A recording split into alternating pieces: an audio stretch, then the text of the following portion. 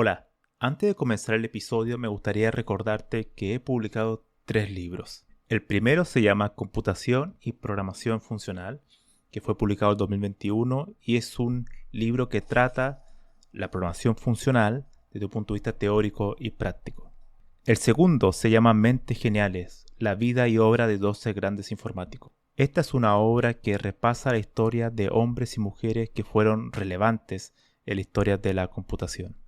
Y el último, el más reciente, se llama Principios de Programación, donde explico una nueva forma de entender la programación a través de 8 conceptos. Todos estos libros se pueden encontrar en librerías en España o en Amazon, y también en Latinoamérica se puede encontrar a través de Mercado Libre y Busca Libre. Para más detalles pueden visitar mi sitio web camilochacon.com.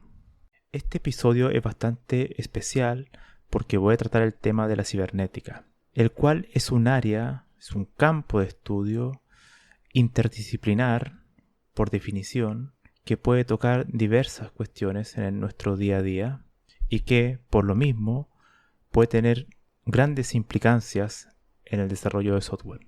A pesar de que la cibernética, como campo en las últimas décadas, se ha diluido en el tiempo, pues ya la gente no menciona mucho sobre cibernética, no aparecen muchos libros, no aparecen muchas charlas, no aparecen muchas conferencias. Esto no impide que podamos entender sus principios fundamentales y que nos pueda enriquecer como profesionales para poder aplicarlos en nuestras áreas de estudio. Entonces, ¿qué es cibernética? Si uno rastrea la etimología de la palabra cibernética, nos encontramos con que es una palabra griega que significa el arte de dirigir o el arte de conducir, entendiéndose por conducir el trasladar una cosa de un lugar a otro. Ahora bien, antes de continuar con la definición de cibernética, me gustaría decir lo que no es. Cibernética no es inteligencia artificial, cibernética no es tecnología, cibernética no es robótica, cibernética no son sistemas autónomos de algún tipo. No, cibernética no tiene nada que ver con eso, sino es más bien una forma de pensar, de sistematizar acciones basado en distintos conceptos que se van entrelazando entre ellos como un sistema. Es una forma de llevar a cabo una acción o, como algunos autores lo mencionan, es una forma de alcanzar objetivos, metas. Y la manera de llegar a esa meta, de cumplirla, es lo que la cibernética lo describe. Lo describe pues ocupa conceptos como la comunicación, la autorregulación, la autonomía, y para mí el que es más fundamental y el que permite explicarlo más fehacientemente es la de retroalimentación, el concepto de retroalimentación. Porque ese concepto nos da a entender que una cosa, un ente, un agente, sea lo que sea, humano o artificial, puede aprender, puede corregirse en base a la experiencia, a lo que va percibiendo en su mundo. Y ahí es el punto de partida para poder explicar la cibernética. Para ejemplificar esto, hagamos un experimento mental. Supongamos que hay un lago, ¿no? Hay un lago en algún lugar del mundo y hay un bote en el centro del lago. Y hay 2 remos dentro. El bote está vacío, no hay nadie. Y de repente un platillo volador lo traslada a usted de su casa, del lugar donde está trabajando, al bote. Y resulta que le borra todo el conocimiento que tiene sobre usar un bote. O sea, usted en ese momento cuando llega al bote no sabe lo que es el bote. No tiene ni la menor idea. Tampoco sabe nadar. Pero sí tiene todavía su mecanismo de supervivencia. Entonces debe salir, tiene que llegar a tierra. Entonces, ¿cómo lo hace? La única forma de hacerlo es tratar de entender un poco los objetos que tiene a su alrededor, que serían los remos, y ver qué puede hacer para poder llegar a tierra. Además, tenemos algo del entorno que es el viento, ¿no? Hay un viento. Entonces, lo que se podría hacer, lo que la persona probablemente haga es hacer con sus manos, tratar de mover el bote y se va a dar cuenta que eso no tiene mucho resultado.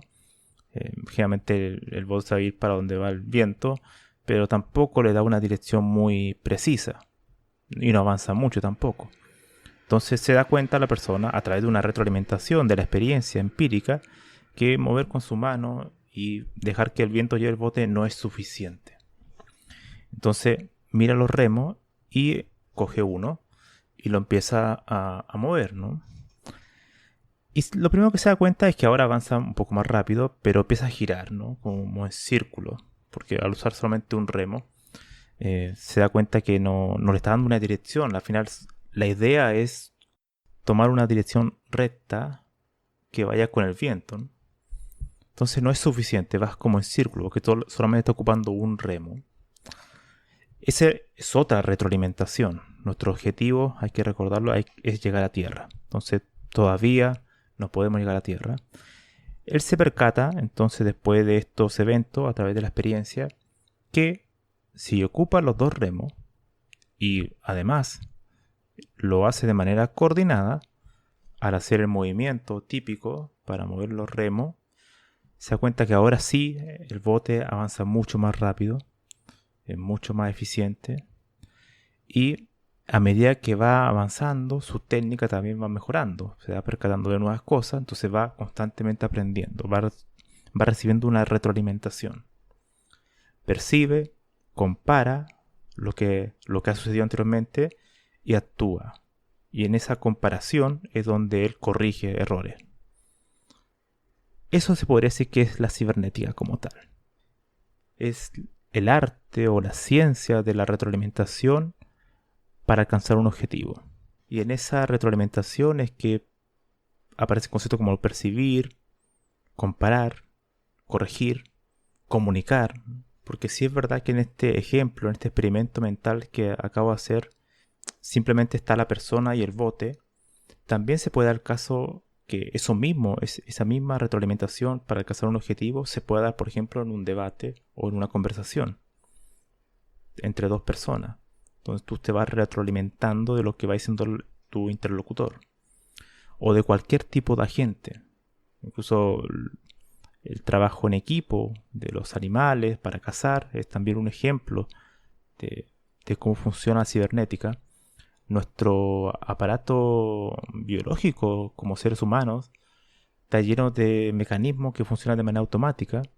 Por ejemplo, nuestro sistema inmunológico puede tener más o menos defensa que impida que ciertos virus o cualquier tipo de enfermedad nos afecten.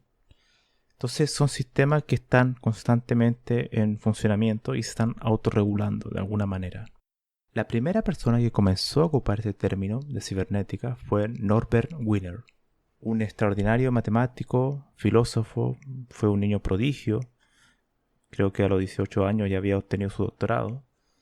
Él escribió sobre distintos temas y hizo un libro, escribió un libro que se llama Cibernética, muy interesante, que fue publicado en 1948, la primera edición, y en él describe un poco lo que es la cibernética desde un punto de vista obviamente más matemático, más teórico, y él lo define como la ciencia del control y la comunicación en los animales y en la máquina. Es interesante que él mencione animales y en la máquina, porque cuando dice animales se está refiriendo a entes biológicos, ¿no?, de la naturaleza, y a la máquina como entes artificiales. Esta definición, con el paso de los años, de las décadas en particular, ha ido cambiando, se ha ido ampliando, y tenemos múltiples definiciones de diferentes autores.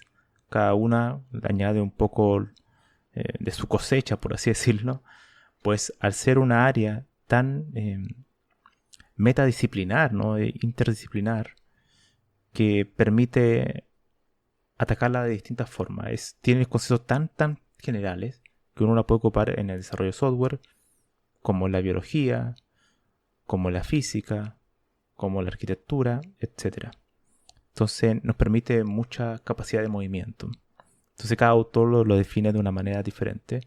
Pero si uno va a cada una de sus definiciones, por ejemplo, hay una de Warren McCulloch, dijo que la cibernética es una epistemología experimental que tiene que ver con la generación de conocimiento a través de la comunicación dentro de un observador y entre un observador y su entorno.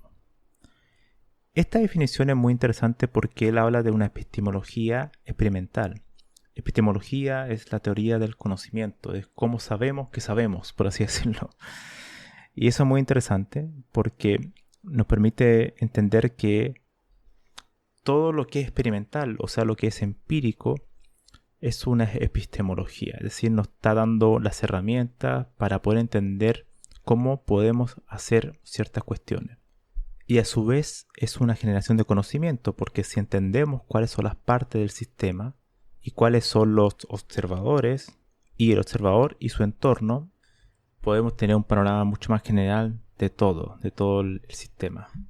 Porque podríamos conocer el mecanismo de cómo interactúan entre ellos. Un ejemplo de un observador y su entorno es cuando uno está aprendiendo a programar. Cuando yo estoy frente a un IDE, estoy escribiendo código en un lenguaje que no conozco y debo resolver un problema, voy a tener algunas complicaciones. Lo primero que quizás, si estoy ocupando un lenguaje imperativo, es decir, bueno, ¿cómo se hace un if en este lenguaje? Porque ya asumo que tengo cierto conocimiento en otro lenguaje previo. Entonces voy a la documentación del lenguaje o voy a Google, escribo if en tal lenguaje y me va a salir un ejemplo. Entonces ahora yo vuelvo al código, lo escribo, lo ejecuto y hay un error, por ejemplo. Entonces la retroalimentación es que yo mire el mensaje de error y me diga, bueno, en la línea tanto hay un error, falta esto o lo otro. Lo corrijo, lo vuelvo a ejecutar y el error desaparece. Eso es una retroalimentación. Mi objetivo era ejecutar ese programa. Y ahora sí lo pude lograr porque pude percibir el problema, pude comparar, o sea, mi solución anterior con la actual. Me di cuenta que no estaba escribiendo bien el if, la sintaxis era incorrecta y actué, o sea, hice una acción. En este caso es ejecutar y verificar posteriormente que la cuestión estaba correcta. Esto es un ciclo. Entonces la cibernética nos ayuda a ver ese ciclo de cómo uno se va retroalimentando, se va corrigiendo a medida que va avanzando el tiempo para alcanzar un objetivo. Esto es tan general que se podría aplicar para muchas cuestiones, ¿no? El ejemplo que acabo de dar es para la persona, un programador o programadora que quiera mejorar sus habilidades, ¿no? Es una forma de prueba y error. Entonces uno se va retroalimentando, pero también la retroalimentación puede venir de otra persona. O sea, ve tu código, dice, bueno, esto hay que corregirlo, esta línea hay que cambiarla, se podría hacer de otra manera. Tú aprendes eso, te retroalimentas y corriges. Pero también uno puede entender esto desde el punto de vista del diseño del software, de cómo diseñamos un sistema informático. El software como tal es complejidad. Mientras más crece, más características van llegando, nuevos requerimientos, el cliente comienza a pedir más y más cuestiones. El software va a tender a crecer en complejidad, que se puede traducir también en líneas de código, en mayores cantidades de módulos, si es un lenguaje orientado a objetos, en mayores cantidades de clases. Si es un lenguaje funcional, entonces va a crecer la cantidad de funciones que se van a tener que desarrollar, etc. Eso genera mayor complejidad. Y el arte o la filosofía del software, de la ingeniería de software como tal, es cómo reducir esa complejidad. Entonces la idea sería entender cuál es la mejor retroalimentación que podemos tener, ocupando los conceptos de la cibernética, de la retroalimentación, para que este software pueda autorregularse de alguna manera y que impida, por ejemplo, errores catastróficos. Si es verdad que no podemos evitar que hayan errores, sí podríamos evitar que hayan errores graves.